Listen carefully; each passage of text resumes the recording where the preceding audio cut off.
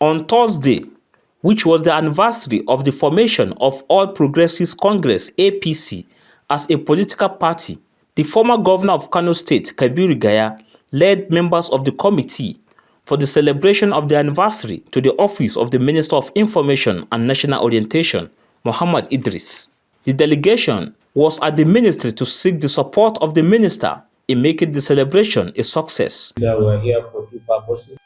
One is to celebrate the 11 years of APC, and then two, to celebrate the 2 years of Mr. President, the renewed hope agenda, so that we can be able to boost our party and be able to say how much we have contributed toward the development of this country, Nigeria.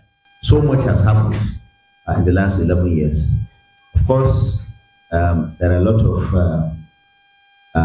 ups and downs, as you can find with every political arrangement and with every reformist administration. That President Bola Ahmed Tinubu's reforms, that is written his mid-term or the first term, is also beginning to show signs that Nigeria is indeed on a march towards an enduring development and prosperity, like the President himself has promised right from the beginning.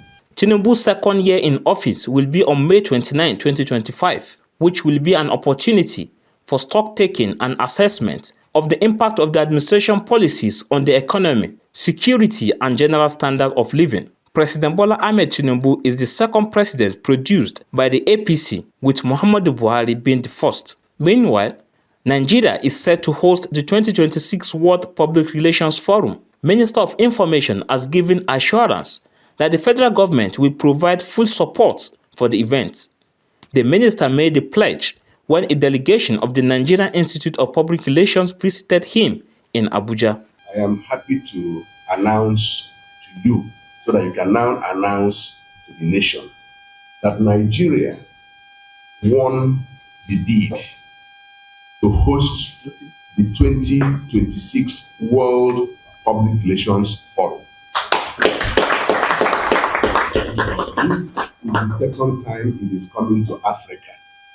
The first was South Africa, and it was not an easy work for Nigeria to get it. A lot of things were made to count against us, but at the end of the day, God gave us victory.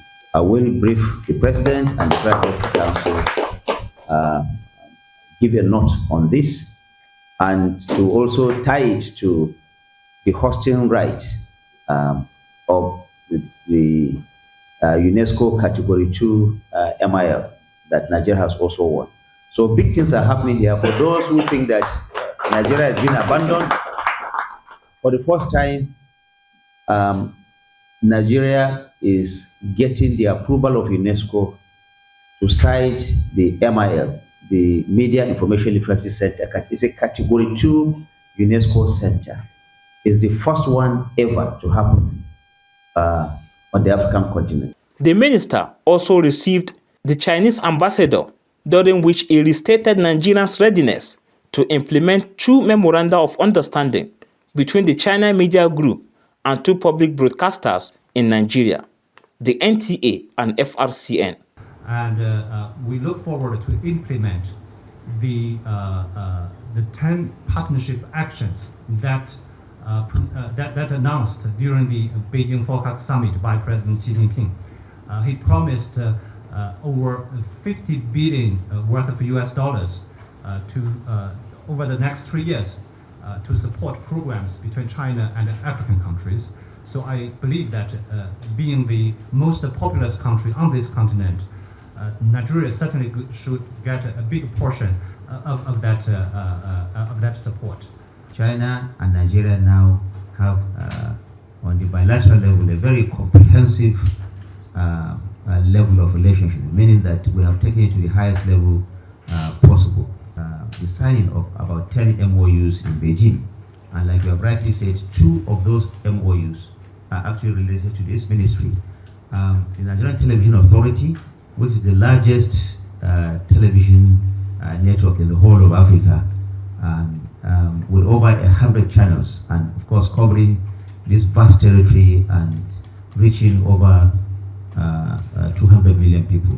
And what that NTA seeks to do, that relationship with China, is to share not just news items, but also technology. The Memoranda of Understanding were signed during the Forum of Chinese-Africa Cooperation Conference in Beijing. In Abuja, I am Nasiru Usman for Signature TV.